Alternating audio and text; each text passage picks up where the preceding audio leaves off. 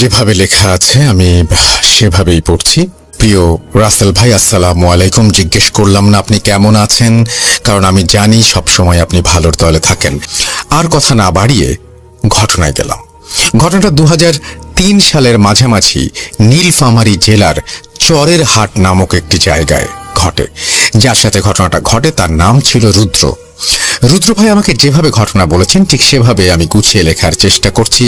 আমি খুব ভালো একজন ক্রিকেটার, তবে স্থানীয় পর্যায়ে। প্রায় সময়ই পাশের এলাকার ছেলেরা আমাকে ভাড়া করে নিয়ে যেত, তবে সেটা ইউনিয়নের মধ্যে। 6-8-2003 আমি তখন অষ্টম শ্রেণীতে পড়াশোনা করি। পড়াশোনায় মনোযোগ একেবারেই কম। প্রেমটা ছিল ব্যাট বলের সাথে, পড়াশোনা কখনোই করতাম না। শুধুমাত্র নামেই ছিলাম ছাত্র, বাস্তবে নয়। সারাক্ষণ ক্রিকেট খেলা নিয়ে ব্যস্ত থাকতাম। এর জন্য মা, বাবা, বড় ভাই কিছু না বললেও মেজো ভাই আমাকে অনেক শাসন করত। আমি যখন একা থাকতাম তখন সে আমাকে অনেক বেশি পেটাতো। অনেক সময় অজ্ঞান হওয়ারও নজির আছে। যাই হোক, এসব কথা বলতে চাচ্ছি না, তবে একটা কথা না বললেই নয়, আমি ছিলাম অত্যন্ত সাহসী, যা এলাকার সকলেই কম বেশি অবগত ছিল। আসলে ভয় শব্দটা আমার ব্যক্তিগত ডিকশনারিতে ছিল না। একদিন রাতে আমার ঘরে হঠাৎ ঠক ঠক শব্দ। তখন 10টা। যেহেতু আমার বাসা প্রত্যন্ত এক গ্রামে, তাই বিদ্যুৎ তখন আমাদের গ্রাম পর্যন্ত পৌঁছয়নি। হ্যারিকেন ছিল আমাদের আলো পাওয়ার প্রধান উপায়। আমি হ্যারিকেনের পাওয়ার বাড়িয়ে দিলাম এবং দরজার কাছে গিয়ে দরজা খুললাম। দেখি 15 বছরের এক কিশোর আমাকে জিজ্ঞেস করছে, তুমি কি রুদ্র? আমি বললাম, জি আমি রুদ্র। সেই কিশোর ছেলেটা আমাকে বলল, তুমি কি কালকে চরের হাটে ক্রিকেট খেলতে যেতে পারবে? তো আমি বললাম, অবশ্যই, ক্রিকেট যেখানে আমি সেখানে, যে কোনো উপায়ে যাব। সেই কিশোর আমাকে বলল, তাহলে কাল এসো। আগামীকাল চরের হাট মাঠে একটা নাইট ম্যাচের আয়োজন করা হয়েছে, তোমাকে আমাদের টিমে খেলতে হবে। বলে রাখা ভালো, চরের হাট অনেক বড় একটা স্কুলের মাঠ এবং সেখানে বিদ্যুৎ আছে, বেশ উন্নত একটি এলাকা। সেই চরের হাটে আছে অনেক বড় কবরস্থান এবং অনেক বড় শ্মশানও বলতে গেলে। অত্র এলাকায় রাজধানী চরের হাট, কিন্তু সেখানে কোনো বাজার বসতো না, তাই চরের হাটে রাস্তা সবসময় জনশূন্য থাকতো। আমি জিজ্ঞাসা করলাম, তোমাকে চিনলাম না। জবাবে সেই কিশোর বলল, সর্দার পাড়ায় আমার বাড়ি। কোনো এক মাধ্যমে জানতে পারলাম তুমি অনেক ভালো ক্রিকেট খেলতে পারো, সেজন্য তোমার কাছে আসলাম। তুমি খেলতে আসলে তোমাকে 50 টাকা দেব, হারলেও দেব, জিততে তো দিবই। আমি তার কাছে খেলার সময় জিজ্ঞেস করলাম। জবাবে সেই কিশোর ছেলেটা আমাকে বলল, রাত 8টায়। আমি বললাম, রাতে কিভাবে খেলবো? এর আগে কোনোদিন রাতে তো ক্রিকেট খেলিনি।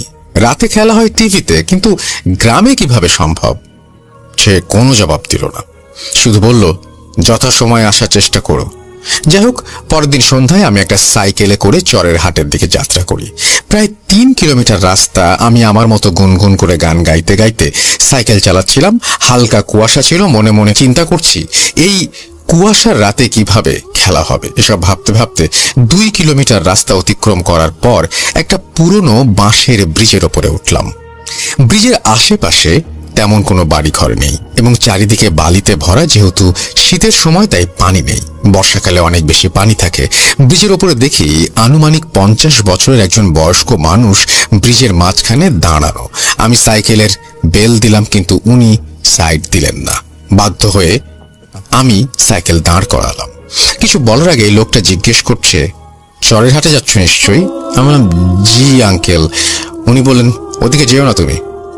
চরের হাটের পাশে একটা কবর আছে, ওখানে লাশ দাফন হবে, তুমি যেও না, ওখানে কোনো খেলা হবে না। আমি ওনার কথার কোনো গুরুত্ব দিলাম না। সেই সময়ে ওনার কথার গুরুত্ব দিলে হয়তো আমার জীবনে এমন করুণ অবস্থা হতো না। তো আমি সাইকেল চালানো শুরু করলাম। কিছু দূর যাওয়ার পর আওয়াজ আসছে, এই ছেলে, তোমাকে না আমি নিষেধ করছি, কেন তুমি আমার কথা শুনতে চাচ্ছ না? আমি বলছি যেও না। আমি সাইকেল দাঁড় করালাম ওনাকে দেখার জন্য, কিন্তু ওনাকে সেখানে দেখা যাচ্ছে না, শুধু আওয়াজ আসছে, ওখানে যেও না, ওখানে যেও না। একটু ভয় পেলাম। রাস্তা জনশূন্য, শীতের রাত, মাঝারি কুয়াশা। আমি আর আগু পিছু কিছু না ভেবে সাইকেল চালিয়ে চরের হাট পৌঁছালাম। চরের হাটে গিয়ে দেখি কোনো কিছুই নেই, নেই কোনো আয়োজন। কি শুনশান নীরবতা, মাঝে মাঝে শেয়ালের ডাক। আমি বিস্মিত হলাম, তাহলে ওই লোকটার কথাটাই ঠিক ছিল। এসব ভাবতে ভাবতে সাইকেলে উঠে রওনা দেব, এমন সময় রুদ্র বলে ডাক দিল সেই কিশোর, তুমি কোথায় যাচ্ছ? আমি বললাম, কোনো খেলোয়াড় নেই, লাইট নেই, এখানে কোথায় খেলা হবে? সেই কিশোর ছেলেটা বলল, আমার সাথে এসো। এরপর আমি বললাম, তুমি আমার সাথে দুষ্টুমি করছো কেন? আমি খেলতে যেতে পারবো না। তখন ছেলেটা বড় বড় চোখ করে আমার দিকে তাকিয়ে আছে দেখলাম, আর বলছে, তোমাকে যেতেই হবে। সেই কিশোর ছেলেটা আমাকে বাধ্য করলো তার সাথে যেতে। পথিমধ্যে তাকে আমি জিজ্ঞেস করলাম আমাকে কোথায় নিয়ে যাওয়া হচ্ছে। সে কিছুই বলল না, বলল, চলো। যাওয়ার সময় রাস্তায় অনেক প্রশ্ন করলাম, কিন্তু আমার ছুড়ে দেয়া প্রশ্নের যথাযথ জবাব না দিয়ে শুধু বলছে, আমার সাথে চলো। আমি একটু চালাক, বললাম, সাইকেলটা ওখানে আছে, আমি গিয়ে একটু নিয়ে আসছি। সে আমাকে বলল, ওইখানেই থাক। আমি কোনো ক্রমেই তার কথা শুনলাম না, একটা ধমক দিলাম। কিশোর ছেলেটা বলল, ঠিক আছে, সাইকেল নিয়ে আসো। আমি তাড়াতাড়ি সাইকেলের কাছে গেলাম, ভাবলাম তাড়াতাড়ি কেটে পড়ি, সাইকেলে উঠে রওনা দেবো। এমন সময় দেখি কিশোর ছেলেটা আমার সামনে হাজির। সে জিজ্ঞাসা করছে, কোথায় যাচ্ছ? আমি বললাম, তোমার কাছে যাচ্ছি। সে বলল, মিথ্যাচার করো না, এর ফলাফল ভয়াবহ হবে, চলো আমার সাথে। ততক্ষণে বুঝতে বাকি রইল না প্যারানরমাল কিছু ঘটতে যাচ্ছে আমার জীবনে। তবুও বুকে সাহস নিয়ে রওনা দিলাম। সেই ছেলেটাকে অনেক কথা জিজ্ঞেস করলাম, কিন্তু না, কোনো জবাব নেই, শুধু বলছে, চলো আমার সাথে চলো। কিছু দূর যাওয়ার পর হঠাৎ চোখের পলকেই সামনে একটা অভিজাত বাড়ি, এক অন্য জগৎ। আমি অবাক হলাম, এই চরেরহাটের মতো অজপাড়া গায়ে এমন বাড়ি কল্পনা করা যায় না। অনেকটা স্বপ্ন মনে হলো। গায়ে চিমটি মেরে দেখলাম ব্যথা পাচ্ছি। ভাবলাম, সত্যিই তাহলে আমি বাড়ির সামনে, এমন সুন্দর বাড়ির সামনে দাঁড়িয়ে আছি। এত সুন্দর বাড়ি তো আমি ঢাকা শহরেও দেখিনি। যাই হোক, বাড়ির ভিতরে গিয়ে তো রীতিমতো হতভম্ব। এত সুন্দর সাজসজ্জা করা রুম আমি কোনো দিনও দেখিনি। আর এভাবে কোনো রুমে সাজসজ্জা হতে পারে, এটাও আমার কল্পনার বাইরে ছিল। ছোট্ট কিশোর ছেলেটা আমাকে তার বাবার রুমে নিয়ে গেলেন এবং বাবাকে বললেন, তুমি যে একটা সাহসী ছেলেকে আনতে বলেছিলে, এই ছেলেটা অনেক সাহসী, দেখো কত সাহসী। এতক্ষণে তার চোখে মুখে কোনো ভয়ের ছাপ নেই। সে তার বাবাকে এই কথা বলে চলে গেল। সেই বয়স্ক লোকটা আমাকে বলল, শোনো, ভয়ের কিছু নেই, তোমরা মানুষ, আমরা জিন জাতি। এ কথা শুনে আমার পায়ের নিচে কোনো মাটি নেই। ভয়ে হাত পা থরথর করে কাঁপছে। আমি তোমাদের কোনো ক্ষতি করব না, তোমাকে দিয়ে একটা কাজ করাবো। অনেকদিন থেকেই একটা সাহসী ছেলে খুঁজছি। তিনি আমাকে বললেন, কিছুদিন আগে বাঁশখালী গ্রামে একটা লোক মারা গেছে, তার দাফন চরেরহাট কবরস্থানে হয়েছে। আজ রাতের 7 দিন শেষ হবে, সুতরাং আজ রাতেই তোমাকে সেই কবর থেকে সেই লাশটা তুলে আনতে হবে। এই কথা শুনেই আমি অজ্ঞান। জ্ঞান ফিরে দেখি সেই বয়স্ক লোকটা আমার সামনেই মেঝেতে। আমি কেঁদে কেঁদে বললাম, আঙ্কেল, আমাকে বাড়ি যেতে দেন, আমার মা অনেক চিন্তা করবে। উনি কোনো কথার পাত্তাই দিলেন না, উল্টো খেপে গিয়ে বললেন, লাশ তোমাকে তুলতেই হবে, চলো, তাড়াতাড়ি চলো, কোনো উপায় নেই। আমাকে বললেন, দেখো, ওখানে একটা জায়নামাজ আছে, ওটার উপরে দাঁড়াও। আমি বাধ্য হয়ে সেই জায়নামাজের উপরে দাঁড়ালাম। কিছু বুঝে ওঠার আগেই আমি সেই চরেরহাটের কবরস্থানে উপস্থিত। চিন্তা করলাম পালিয়ে যাই, কিন্তু সাইকেল তো সেই বাড়িতে, যাব কিভাবে? সাইকেলের চিন্তা বাদ দিয়ে দিলাম দৌড়, পালিয়ে যাই, দৌড় দিলাম। এমন সময় একটা আওয়াজ, কই যাচ্ছিস? লাশ না তুলে দিয়ে গেলে তোকেই লাশ হতে হবে। আমি কোনো কিছু তোয়াক্কা না করে দৌড়াতে দৌড়াতে কোথায় যেন হোঁচট খেলাম এবং পড়ে গেলাম। চারিদিকে তাকিয়ে দেখি মাটি। আমি চিৎকার করলাম, কিন্তু আমার মুখ দিয়ে কোনো আওয়াজ বের হচ্ছে না। আমি ভালো করে চারিদিকে তাকিয়ে দেখি একটা কবরে শুয়ে আছি। কোথা থেকে যেন আওয়াজ আসলো, যদি তুমি কবর খনন করে লাশটা তুলে আনতে পারো, তাহলে তোমাকে সম্মানের সাথে বাড়িতে যাওয়ার সুযোগ করে দেব, অন্যথায় তোমাকে কবরের মাটিতে ফেলে। আমি বললাম, আপনার কথায় রাজি। তাড়াতাড়ি আমাকে তোলেন। আওয়াজ আসলো, চেষ্টা করো, উঠে আসতে পারবে। যেই কথা সেই কাজ। আমি কবর থেকে উঠে আসলাম। চেয়ে দেখি একটা সাদা কাপড়ে মোড়ানো লাশ। আমি তাহলে এতক্ষণ এই লাশটির উপরে শুয়েছিলাম। এই দৃশ্য দেখে আমি আবারও জ্ঞান হারিয়ে ফেলি। জ্ঞান ফিরলে দেখি আমি সেই জায়গাতে রয়েছি। পুনরায় আওয়াজ আসছে, তোমাকে লাশটা তুলতে হবে, যদি না তুলতে চাও তাহলে সেই লাশের সাথে তোমাকে জীবন্ত কবর দেয়া হবে। আমি বললাম, আমাকে কি করতে হবে বলে দেন। দেখি হঠাৎ 5টা সাদা পাঞ্জাবি পরিহিত লম্বা মানুষ আমার কাছে এসে দাঁড়ালো। ওনারা বলল, আমরা যেভাবে বলবো সেভাবে কাজ করো। আমার হাতে একটা কোদাল দিয়ে বলল, এই জায়গাটা খনন করো। আমি তাদের কথা মতো খনন করছি। যদিও বা এই দুনিয়াতে আমি নেই, আমি ভাবছিলাম, তারপরও বাধ্য হয়ে খনন করছি। কবর খনন শেষ করে সেই লোকগুলি আমাকে বললেন, কবরে নেমে পড়ো, এরপর কোমরের দিকে ধরে লাশটি কাঁধে নাও। আমি বললাম, একা পারবো না। জবাবে তারা বলল, না পারলে সেই লাশের ওপর শুয়ে পড়ো। আমি বললাম, আপনারা 5টা মানুষ দাঁড়িয়ে দেখছেন। জবাবে ওনারা বলল, এই ছেলে, আমরা মানুষ হলে তোমাকে প্রয়োজন পড়তো না, যা বলছি তাড়াতাড়ি করো। কি আর করার।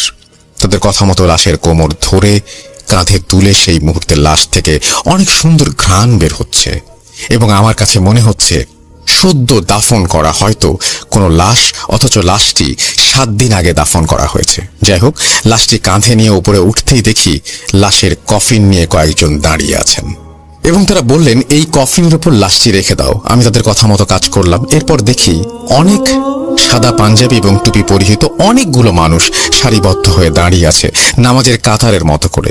4 জন মানুষ লাশের কফিন কাঁধে নিয়ে অন্য এক জায়গায় নিয়ে জানাজা পড়ানোর জন্য রেখে দিল। জানাজা শুরুর সময়ে অনেকেই বক্তব্য দিলেন, কিন্তু সেটা আরবি ভাষায়, এই জন্য আমি কিছু বুঝতে পারলাম না। বক্তব্য শেষে জানাজা ইমামতি করলো সেই ছেলের বাবা। এই মুহূর্তে আমার কোনো ভয় ছিল না, কারণ চারিদিকে অনেক মানুষ, যদিও বা তারা সকলেই জিন, তবু আল্লাহ হয়তো ওনার গায়েবী মদত দিয়ে আমার ভয় কাটিয়ে দিয়েছেন। জানাজা শেষ হলে পুনরায় আমাকে লাশটা কবরে রাখতে বললেন। আমি কষ্ট করে লাশটা কবরে রেখে দিলাম। কোনো সাহায্য করলো না কেউ। এর মধ্যে একজন বলল, বাবা, আমাদের ক্ষমতা নেই মানব জাতির কোনো মৃত ব্যক্তির গায়ে হাত দেওয়ার। আমি একাই লাশটি কবরে রেখে দিলাম।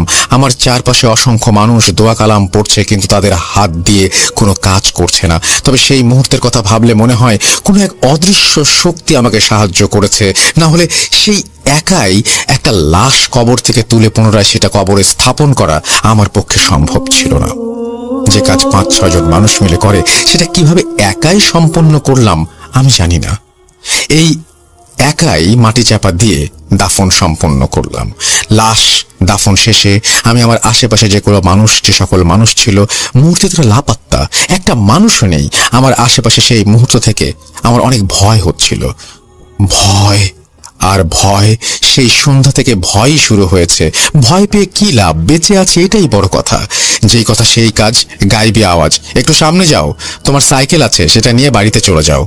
এরপর এই ভালো কাজের প্রতিদান আল্লাহ তোমাকে দেবেন কোনো একদিন। এই কথাগুলো বলার পর আর কোনো আওয়াজ আসলো না। যাই হোক, একটু সামনে গিয়ে দেখি আমার সাইকেল একটা গাছের সাথে হেলান দিয়ে রাখা। আমি সাইকেল সামনে নিয়ে গেলাম এবং উঠে পড়লাম সাইকেলটাতে। বাড়ি যাওয়ার চিন্তা করলাম। এমন সময় পুনরায় একটা আওয়াজ আসলো, আজ রাতে তোমার সাথে যা ঘটলো কারো কাছে বলবে না। যদি কেউ জানতে পারে তুমি ক্ষতিগ্রস্ত হবে। আমি কিছুক্ষণ অপেক্ষা করলাম। কোনো আওয়াজ না আসায় আমি রওনা দিলাম। বিপজ্জনক পিছু ছাড়ছে না। ঘটনা এখানে শেষ হতে পারত, কিন্তু সেই ব্রিজের কাছে যাওয়ার পরে সেই বয়স্ক লোকটা আমার সামনে এসে দাঁড়ায়, যিনি চরের হাটে যেতে আমাকে নিষেধ করেছিলেন। উল্টো দিকে দাঁড়িয়ে আমাকে বলছেন, তোমাকে নিষেধ করা সত্ত্বেও তুমি চরের হাট কেন গিয়েছো?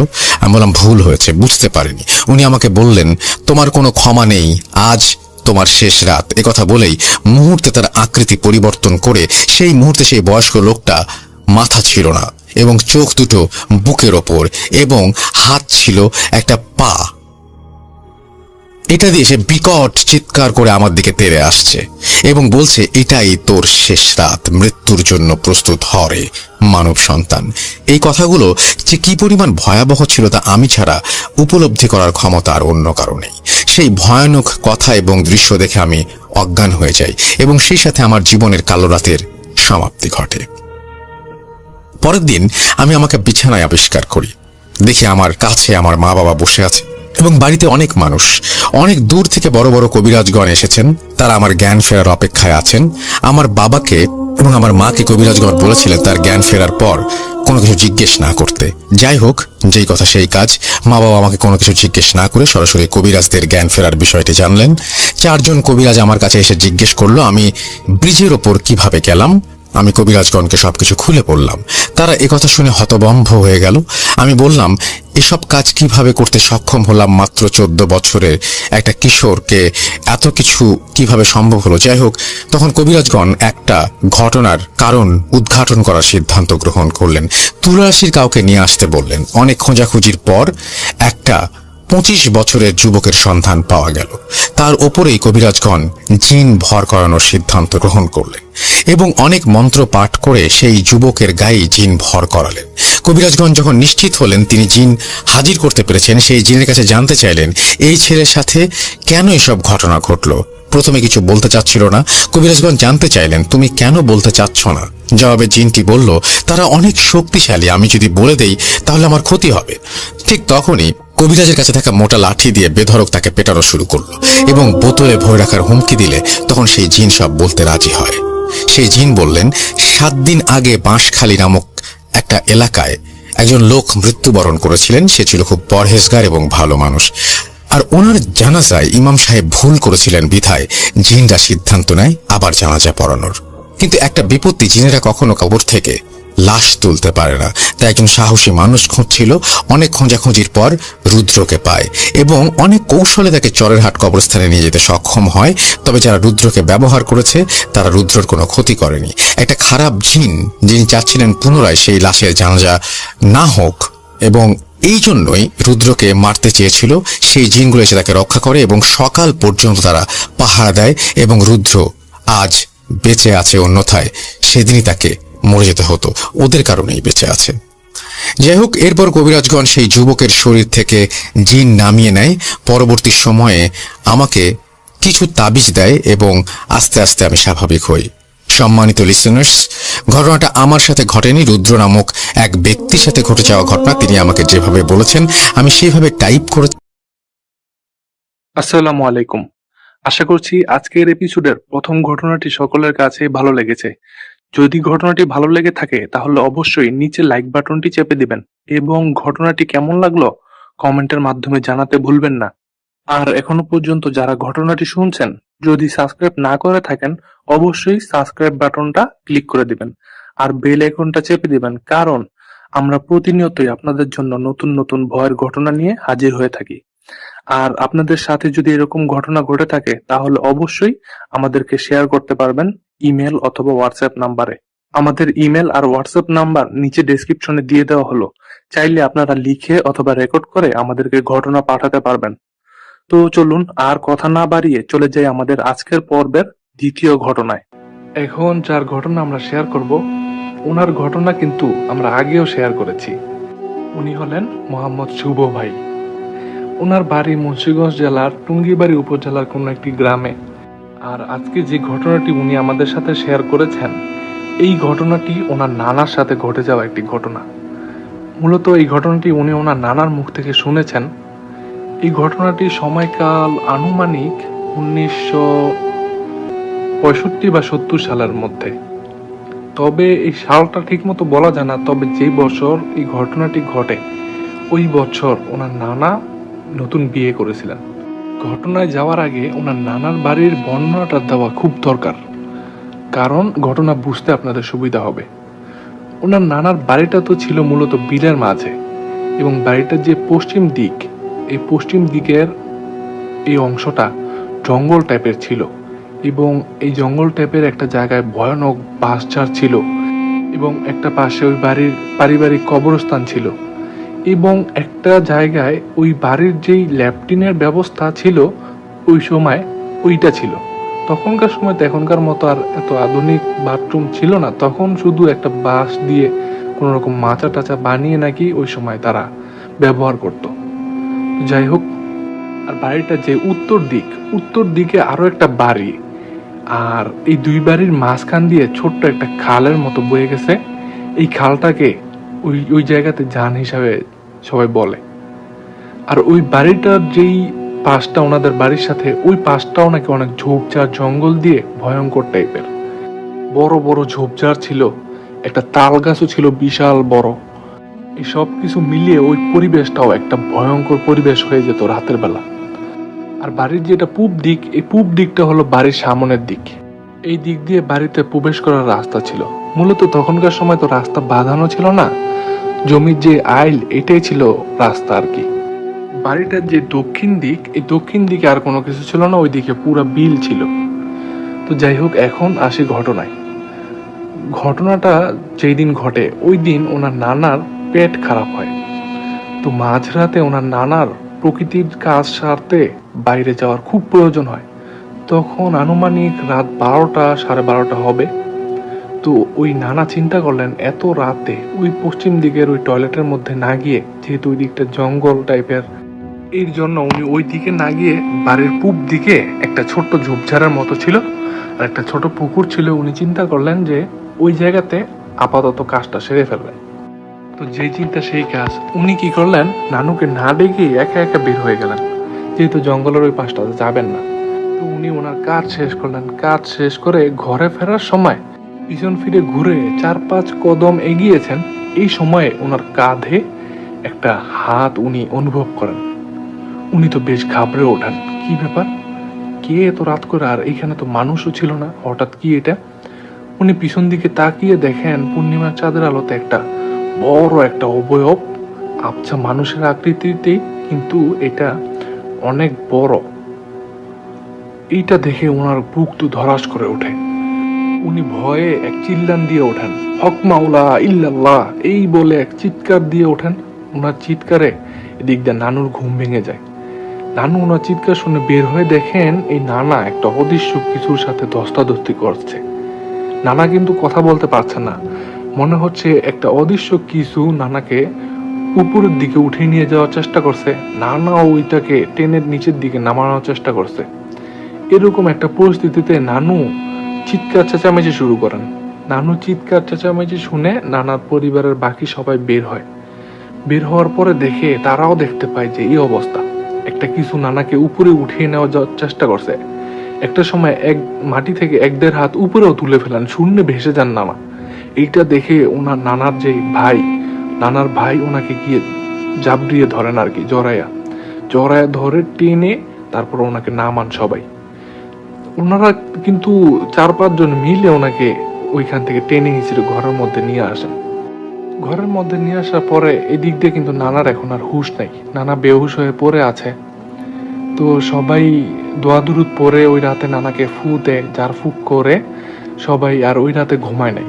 ফজরের আগ পর্যন্ত সবাই নানার পাশেই ছিল। এর পরের দিন নানার উল্টাপাল্টা ব্যবহার শুরু হয়। উনি দৌড়িয়ে মাঝে মাঝে ওই ঝোপের কাছে চলে যান, সবাই ওনাকে ধরে নিয়ে আসেন আবার। মানে ওই ঝোপটা কিন্তু বাড়ির ঢাল দিয়ে নিচে, উনি ওইখানে চলে যেতে চান বারবার। তখন এই দৃশ্য দেখে সবাই ওনাকে ধরে রাখে। আর যখন ওনাকে ধরে রাখে তখন সবাইকে উনি গালাগালি করতে থাকেন। গালাগালি বলতে উনি সবাইকে হুমকি ধমকি দিতে থাকেন, যেই তোদেরকে মেরে ফেলবো, ক্ষতি করব, তোদের বংশ নির্বংশ করে দেব, আমার পথে তোরা কাটা বাধা হয়ে আছিস, আমি ওকে না নিয়ে যাব না, ওকে নিয়ে যাব, ওর এত বড় সাহস, ও আমার জায়গায় না পাক করে, এই ধরনের কথা বলতে থাকে। তখন এই নানার মা এই বিষয়টা আর স্বাভাবিকভাবে নেয় না, বড় একটা কবিরাজের খোঁজ করতে থাকে ভালো। তো কি হয়, ওনাদেরই গ্রামে একটা পীর সাহেব ছিলেন। ওই সময় সবাই ওনাকে খুব মান্য করত। গ্রামে ছিল না পীর সাহেব ছিল আরো ওই গ্রাম থেকে আর অনেক দূর, লম্বা পথ। তবে ওই গ্রামে ওই পীর সাহেবের অনেক নাম ডাক ছিল। ওনারা কোনো কবিরাজের সন্ধান না পেয়ে নানাকে নিয়ে ওই পীর সাহেবের কাছে চলে যান। পীর সাহেবের একটা দরগা ছিল এবং ওইখানে অনেক মানুষ যাতায়াত করে। এখনো ওই পীর সাহেব এখন আর নাই, কিন্তু ওই দরগাটা এখনো আছে। বছরের একটা সময় অনেক বড় আয়োজন করে ওইখানে উরুস অনুষ্ঠিত হয়। তো যাই হোক, ওই পীর সাহেবের কাছে নিয়ে যান।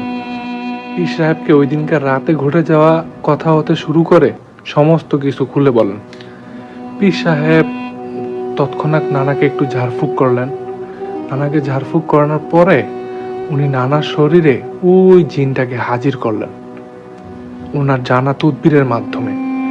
ওই জিনটা হাজির হয়ে পীর সাহেবকে লম্বা করে একটা সালাম দেন।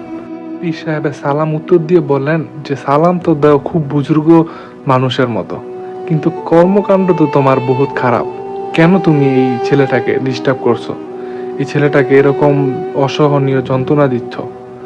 তখন ওই নানার ভেতরে থাকা জিনটা বলতে থাকে যে, হুজুর আপনার অনেক সম্মান, আমাদের জিন সমাজের মধ্যেও আপনার অনেক অনুগত মুরিদ আছে, আপনার নাম অত্র এলাকার মধ্যে ছড়ানো, আপনার সাথে মিথ্যা কথা বলবো না, আমি যে পথ দিয়ে যাতায়াত করি ওই দিন রাতে ও ওই পথটা নাপাক করে দিল। ও কি এটা কোনো কাজ করলো? হুজুর বলেন আপনি। আমি এই পথটা দিয়ে আমার যাতায়াত করি। ওই দিন আমি একটা আমার জরুরি কাজে রওনা দিয়েছি, কিন্তু ওই সময় ওই ওই পথটা নাপাক করে আমার রাস্তাটা আটকায় দিল। এখন আমি তো ওই পথ দিয়ে যাতায়াত করতে পারছি না। এখন বলেন হুজুর, আমার তো রাগ হওয়ারই কথা।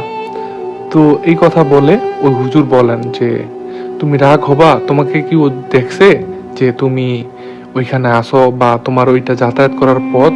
তুমি কি তখন কাউকে জানান দিছো বা বলছো যে তুমি এদিক দিয়ে যাতায়াত করো? তখন বলে না, আমি তো কাউকে কখনো বলি নাই, তবে আমি এই জায়গা দিয়ে অনেক বছর যাতায়াত করছি, কই কখনো তো কেউ আমার এই পথে বাধা সৃষ্টি করে নাই। আর ওই দিন আমি একটা জরুরি কাজে বের হয়েছি, আর ওই আমার পথটাকে এইভাবে নাপাক করে দিয়ে আমার পথটা বন্ধ করে দিল। এটার শাস্তি তো ওকে পেতেই হবে। আমি ওকে যে করে হোক এটা শাস্তি তো দিবই। হুজুর আপনি এর মধ্যে আইসেন না। তখন ওই যে জিনটাকে ওই পীর সাহেব বলেন যে তুমি এই পথ দিয়ে যাতায়াত করো, কাউকে তো তুমি কখনো কিছু জানান দাও নাই, বলো নাই তুমি এখান দিয়ে যাতায়াত করো বা তোমাদের এটা পথ, যাতায়াতের পথ, কেউ তো জানে নাই। কয়, হ্যাঁ আমি এদিক দিয়ে যাতায়াত করি, আমি কাউকে জানান দেই না, কাউকে কোনো ক্ষতি করি না, আমি শুধু এদিক দিয়ে যাই। তখন এই পীর সাহেব বলে তোমরা তো অদৃশ্য, মানব জাতি তো তোমাদের দেখতে পায় না, তো তো ওরা কি করে জানবে তুমি এদিক দিয়ে যাতায়াত করো? ভুলবশত একটা কাজ করে ফেলছে, এই জন্য তুমি ওকে এরকম শাস্তি দিবা? তখন এই সমস্ত কথাবার্তা পরে একটা সময় ওই জিনটা নরম হয়, একটা সময় জিনটা বুঝতে রাজি হয়। কিন্তু ওই জিনটা বলে যে হুজুর আপনি তো জানেন যে আমাদের জিন সমাজের রীতিনীতি, আমরা যদি কাউকে আসর করি আমাদেরকে কিছু না কিছু একটা জিনিস দিতে হয়। তখন ওই পীর সাহেব বলে আচ্ছা ঠিক আছে, তোমাকে কি দিতে হবে? তখন ওই জিনটা বলে যে ওরা তো গরিব মানুষ, ওরা আর কি দিবে? ওদের বাড়ির পূব দিকে যে বরই গাছটা আছে, এই বরই গাছটার মধ্যে এক জোড়া কালো মুরগি ওই জায়গায় বেঁধে আসতে বলবেন, তাহলেই হবে। এই কথা বলে ওই জিনটা ওইখান থেকে বিদায় নেয়। এরপরে অবশ্য নানা সুস্থ হয়ে ওঠেন এবং ওনারা বাড়ি গিয়ে ওই কাজটাই আগে করেন যেই কাজটা করতে বলা হয়েছিল। ওই বড়ি গাছের মধ্যে এক রাতে নানা গিয়ে এক জোড়া কালা মুরগি বেঁধে আসেন। তবে মুরগিগুলা বেঁধে কিছুটা দূরে আসার পরেই মুরগির যে চিৎকার নানা শুনতে পেয়েছিলেন, মনে হচ্ছিল যে শিয়াল বা কুকুরে যখন মুরগি ধরে তখন মুরগি যেভাবে চিৎকার করে ওইভাবে চিৎকার করে উঠেছিল। তখন বুঝতে পারেন যে ওই জিনিসটা এসে মুরগিগুলাকে নিয়ে গেছে। তো নানা তখন ওইখানে দেখার সাহস করেন নাই। এরপর দিন সকালবেলা গিয়ে দেখেন ওইখানে শুধু দড়ি পড়ে আছে, দড়িটা মনে হয়েছে টেনে ছিঁড়ে ফেলেছে। তো যাই হোক, এরপরে নানা ভালো মতনে জীবনযাপন করেন। তবে নানার সাথে আরো অনেক ঘটনা আছে বলে জানিয়েছেন শুভ ভাই আমাদেরকে, আর এটা বলে উনি ওনার ঘটনা শেষ করেছেন। প্রিয় দর্শক, এই পর্যন্তই ছিল আজকের আয়োজন। আশা করছি আজকের এপিসোডটি সকলের কাছে ভালো লেগেছে। যদি এপিসোডটি সকলের কাছে ভালো লেগে থাকে তাহলে অবশ্যই, যারা এখনো লাইক বাটনটি চেপে দেননি অবশ্যই লাইক বাটনটি চেপে দিবেন এবং ঘটনাটি কেমন লাগলো কমেন্টের মাধ্যমে জানাতে ভুলবেন না। আর এখনো পর্যন্ত যারা কষ্ট করে আজকের এই এপিসোডটি শুনলেন, যদি আপনারা চ্যানেলটিকে সাবস্ক্রাইব না করে থাকুন তাহলে আপনাদের সকলের কাছে বিনীত অনুরোধ, চ্যানেলটিকে সাবস্ক্রাইব করে ফেলুন। যদি চ্যানেলটি সাবস্ক্রাইব না করেন তাহলে দেখা যাবে আমাদের নতুন নতুন আয়োজনগুলো আপনারা মিস করে ফেলছেন। এই জন্য যারা ভৌতিক ঘটনা শুনতে ভালোবাসেন তারা আমাদের চ্যানেলটিকে সাবস্ক্রাইব করে বেল আইকনটি চেপে দিন এবং আপনারা আপনাদের ঘটনা চাইলে শেয়ার করতে পারেন আমাদের ইমেল এবং হোয়াটসঅ্যাপ নাম্বারে। আমাদের ইমেল আর হোয়াটসঅ্যাপ নাম্বার নিচে ডেসক্রিপশন বক্সে দিয়ে দেওয়া হলো, চাইলে সেখান থেকে সংগ্রহ করতে পারেন। তো প্রিয় লিসেনার, আজকে বিদায় নিচ্ছি। এ পর্যন্তই আজকের এপিসোড। সকলে ভালো থাকুন, নিরাপদে থাকুন, আর হ্যাঁ অবশ্যই ভূত এফএম বিডির সাথে থাকুন। আমার জন্য দোয়া করবেন, আমার পরিবারের জন্য দোয়া করবেন। আপনাদের সকলের জন্যই দোয়া করি, আপনাদের পরিবারের সবার জন্য দোয়া করি। আল্লাহ সকলকে হেফাজত করুক এবং নেক হায়াত দান করুক।